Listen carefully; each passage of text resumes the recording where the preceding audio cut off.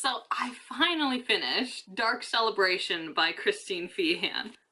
And it's, okay. So a while back, I had gotten into this obsession of wanting vampire Christmas stories. And because I love Christine Feehan so much, I actually went onto the community wall, and I don't know where I asked or said this, but I was like, is there any Christmas stories in the Carpathian world? Because I really, really, really like one. Because whatever. And I don't remember if it was she herself or one of the other members, like other fans like me, who told me that Dark Celebration is the closest I would ever get to a Christmas story in the Carpathian world. And now I finally read it, and it was interesting. So we don't have like a set couple in this book. We have two couples that, like recognize each other. Well, one of them does. The other one only the male has recognized that they are life mates. And then the other one is oblivious to it because she's a human and, doesn't want to be any part of that world.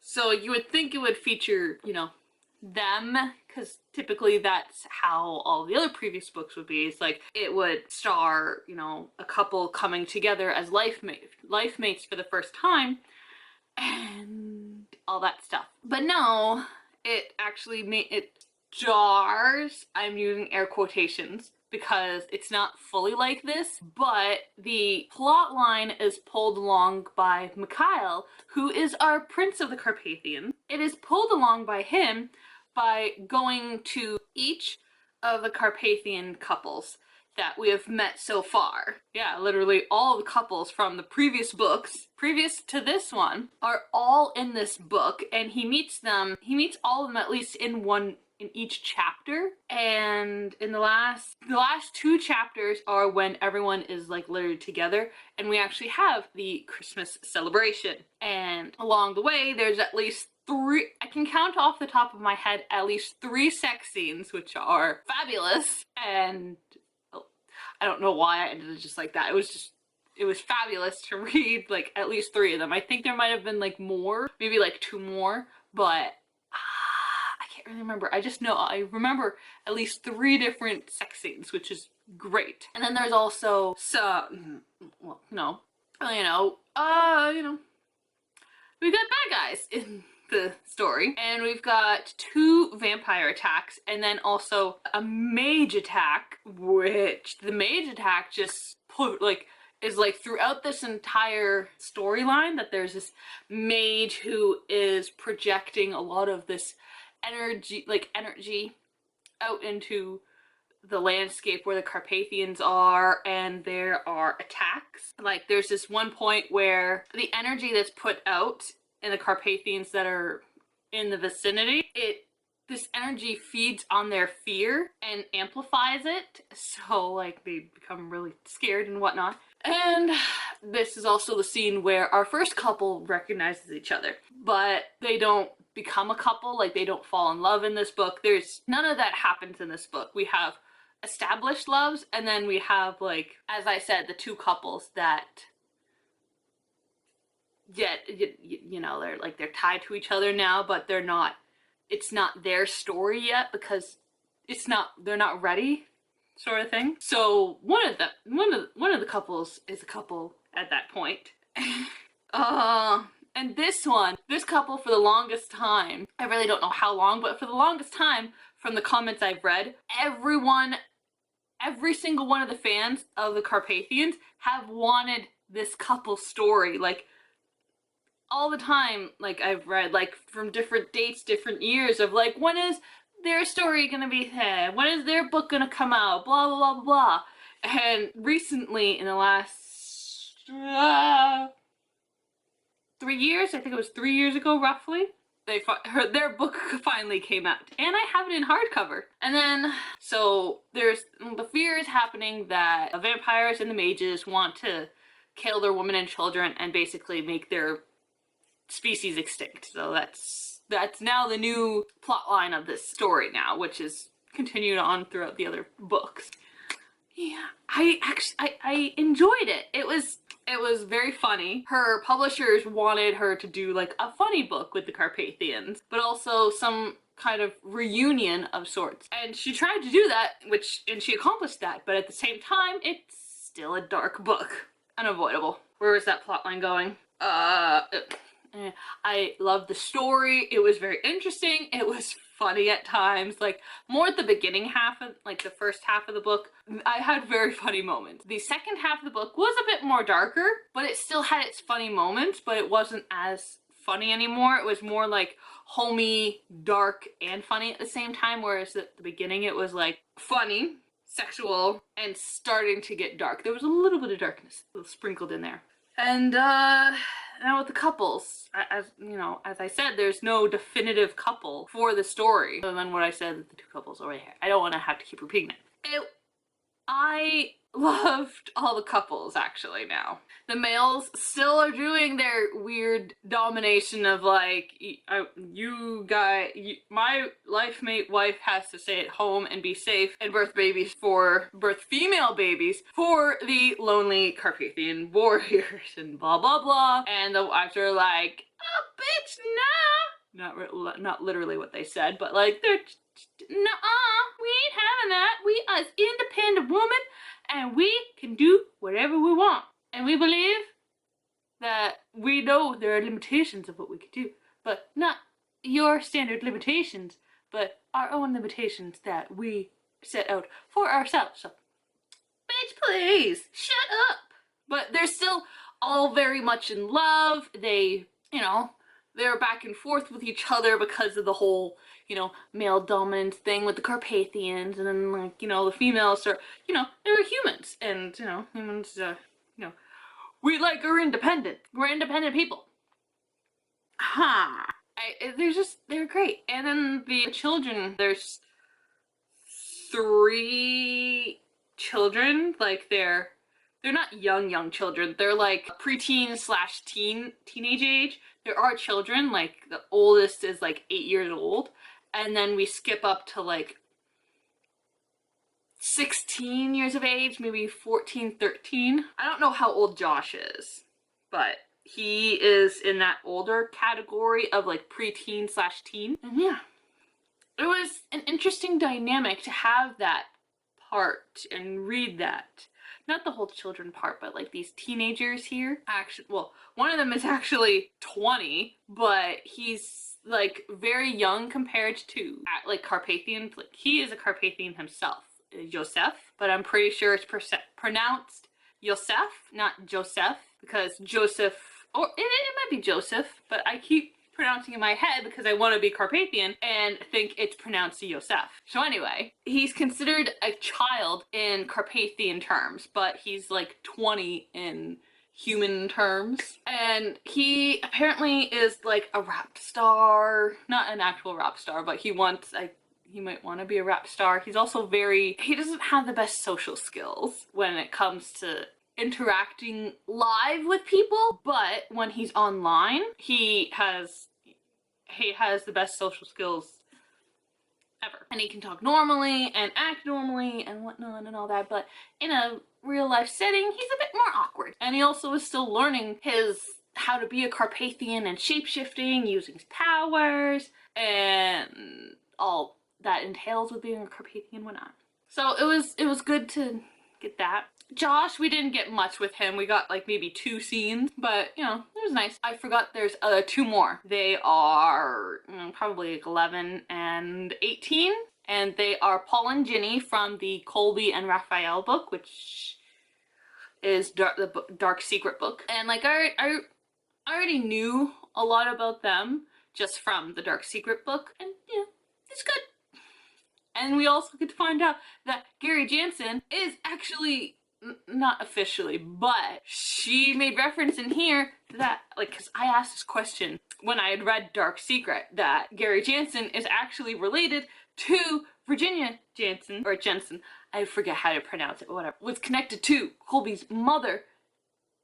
And that's really cool. And apparently they're jaguars, which adds a whole other thing to it. And they think all female psychics, like the the female life mates that they acquired recently since Mikhail are part of the Jaguar line, but I don't think that, because I believe Joey and Gabrielle and Jubal's mother would react more if the females had like Jaguar stuff in them, but she didn't. She only reacted to like Gary, Colby's family, Juliet, who is part Jaguar. So yeah, and so our last preteen teenager is Skylar, whom we met in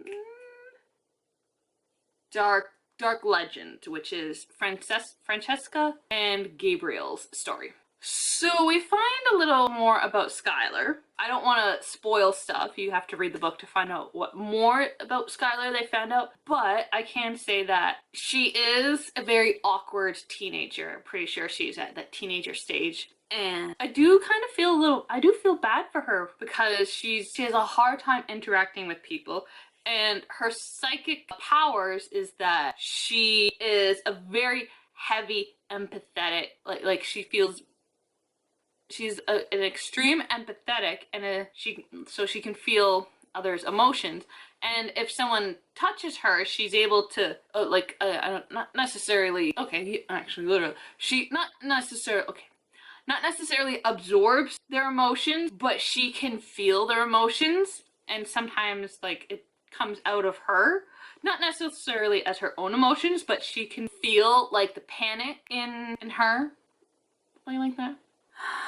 And it's just nice to know a little bit more about her. And I will say that she is one of the life mates that is recognized, so that's just great. Yeah. And she's only like, what, 16? But what they say in the book, and what I'm also agreeing / thinking in my head, is that because she was abused, raped, tortured, all of that stuff, it says that she is wise beyond her age, and she's older than what she actually is, which can be good in some ways, but not always good in other ways. So that's a reason why Christine, I think, why she wrote like that, how her life mate recognized her when Skylar spoke, and he was able to see in color for the very first time, and just he wants to be with her, and like, she can be with me now, like, I recognize her, so she is clearly old enough to be with me. But at the same time, like, she's not. She is only 15, I don't know. I'm assuming, like, I can't remember if the age was mentioned in the book or not, but she's only 16 human age of old. She is not ready. Like, no. And she's also said in the first place that because she knows she's psychic, she is a candidate for one of the or warrior males. Obviously in this book she finds him, and whatever. She is very adamant that I am not fit for being a life mate to anyone. And I can see that being true, especially right now, and especially her being a teenager. You're getting all these new emotions and hormones that are affecting your judgment. And even her parents, like her adoptive parents, are saying that once you're older and actually more of an adult, and once we've helped you get through all of this, you probably will have a different, you probably will feel different about, having a life mate and all that. And I agree with that. Ugh. I enjoyed when we got to see Skylar, which is mainly who we got to interact with. Not so much Joseph, just for reasons. I don't know what reasons. That all?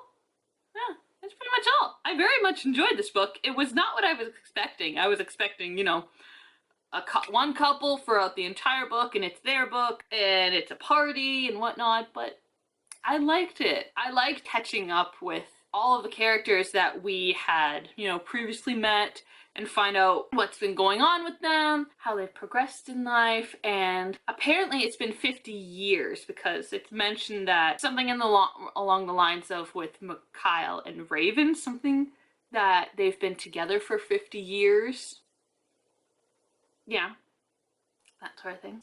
And also the fact that a few of them are pregnant now, and sometimes some of them are just finding out. Like one of our couples literally just finds out that they are pregnant because she's been moody and emotional and argumentative more than she usually is. And they find out they're pregnant, and she starts freaking out because of her own personality of like, I can't look after a child, I can't give birth to a child, I had the most horrible childhood, so all that stuff. And then because this is a Christmas story and they're celebrating Christmas, and this is all orchestrated by Raven because because literally everyone is scattered across the world.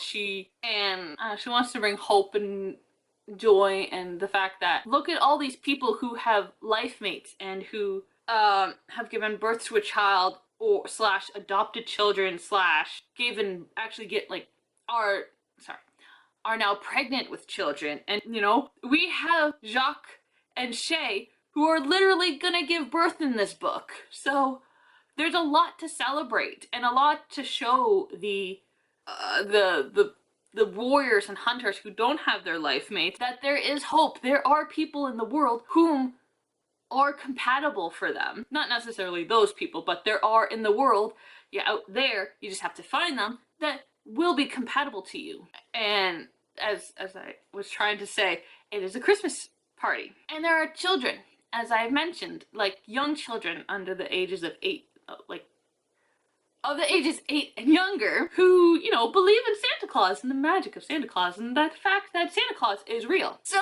Raven has asked her husband to be Santa Claus. But then he gets a better idea. And it's a very good idea to ask someone else to be Santa.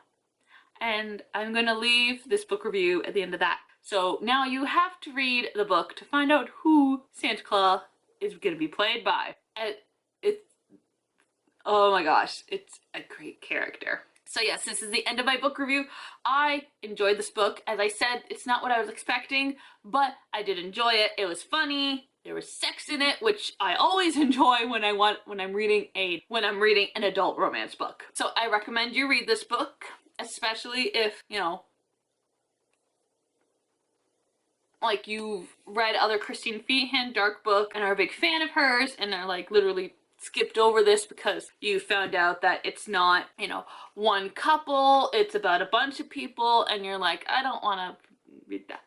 Please read it. It is so good. It's funny. It's also dark. It has all the elements of one of her normal dark books, but it's not revolving around one couple. It revolves around a bunch of people, but it also establishes two life mate couples that one of them is going to be solidified in the next book, and then the other one a bunch of books after that. So you gotta read it for that, and to find out there's other information in here, like about Skylar and about the fact that they find out stuff concerning the soil and stuff regarding Sindel, because there's information about Sindel in here that you gotta read. So yeah, you gotta read this book. It was great. I recommend it. You need to read it. And that's all. And I'm done with this now. I am now reading this book, Dark Possession by Christine Feehan. Yes, another Christine Feehan book, because I have to wait till sometime next week or literally right to the end of October for the interlibrary loan that I put on Magic in the Wind, or there's book 1 of this Sisters of Seven or the Drake Sisters series. I can't remember which one it is. I will try to remember to have it linked down below what series it is, but I have book 2 and I need to read book 1. So I'm going to start reading this book and I'm going to finish it before starting that one. All that. And also, once I'm finished reading this, I can start listening to the audiobooks, because this is like the first of the dual voice audiobooks. I love the dual voice. It's so great. I'm gonna read the back here. Manolito de la Cruz knew he was dangerously close to turning into a vampire. The last thing he expected after being called back to his Carpathian homeland by Prince Mikhail was to catch the scent of his destined life mate in Mary Ann Delaney. Marianne is human, but she knows all too well the aggressive instincts of Carpathian males. And they're not exactly the kind of men she'd prefer to be bound. And they're not exactly the kind of men she'd prefer to be bound to for life. Which is true. I can understand that completely. Because I do not subscribe to the dominant, aggressive Carpathian male. I would like to have more of an understanding and a less aggressive male, which comes in the body of Razvan. Yes, I know right now he's a big major villain, but he turns out to be good. Oh my gosh, I love me some Razvan! And it's gonna... I technically have 3 books after this, so it's one more dark book. The book 2 of the series that I have to wait, and then book 1 of the series I'm waiting for. So that's 3 books that I have to read before I get to read Razvan again. A dedicated counselor for battered women, Marianne has a fulfilling life with no room for someone like Manolito. Born and bred in the Carpathian Mountains, a law unto himself. But when Marianne agrees to go to South America to offer guidance to a brutalized young woman, she has no idea a trap awaits her in the sweltering thick of the jungle. She has been drawn there by Manolito himself, who has seductive plans for the unaware, irresistible human female.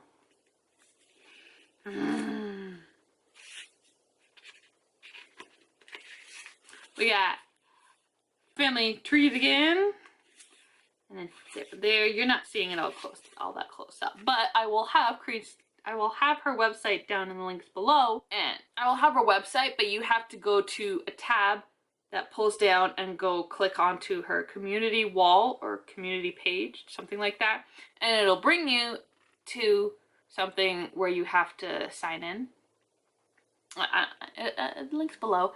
And it's just, you can see it better if you become a member of the community wall, because it's great. I love it. I'm gonna go right to chapter 1. So that it's a big chunk of stuff at the end of the book that I clearly don't need. And how long is this yet? We got 20 chapters in here. It's 2 chapters, actually 1 chapter longer than the previous book. And there's a bunch of stuff at the end of that. Ooh, there's deleted scenes from Dark Possession. Wow. I have to read that at some point. We also have I don't know what this is, but it's a Carpathian dictionary of words. It doesn't say how to pronounce it, but those are how to spell certain words in Carpathian language. Oh yeah, what's that? So yes, I'm going to be my next book review will be Dark Possession, but I might start the library book a bit sooner. I don't know how that's going to work, just because I don't know when it's going to come in. But it should be coming sometime, by at least before the end of the month. Maybe. Because it says it takes 4 weeks for something to come in, if they actually have it. If they don't, they literally will email you right away saying, we do not have this, or we don't have it as like a physical reading book, but we have it as like an e-reader or like an audiobook, like the play away kind of thing, or like on disc. So yeah, I hope you liked this video. If you did, please hit that like button down there. And okay, for those of you who have read Dark Celebration, please let me know what you thought about it in the comments below. Just don't be nasty, because we do not need nastiness in the world, okay? You know. And if this is the first time you're watching my video, please hit that big red subscribe button down there by my picture for more book reviews, hauls, let's plays, unboxing, unbagging, because something's coming up, bubble wrap, manila envelope, or plastic bag wrap thingy, vlogmas, random vlogs, and random videos. I have no idea what to categorize. Okay, I gotta go because I want to start reading this so I can finish it as fast as possible. And I also have more YouTube videos to watch, and I probably want to edit another video tonight to get another nice big clump uploaded. So yeah. I'll see you all in my next video. This was a long video. Bye, everyone.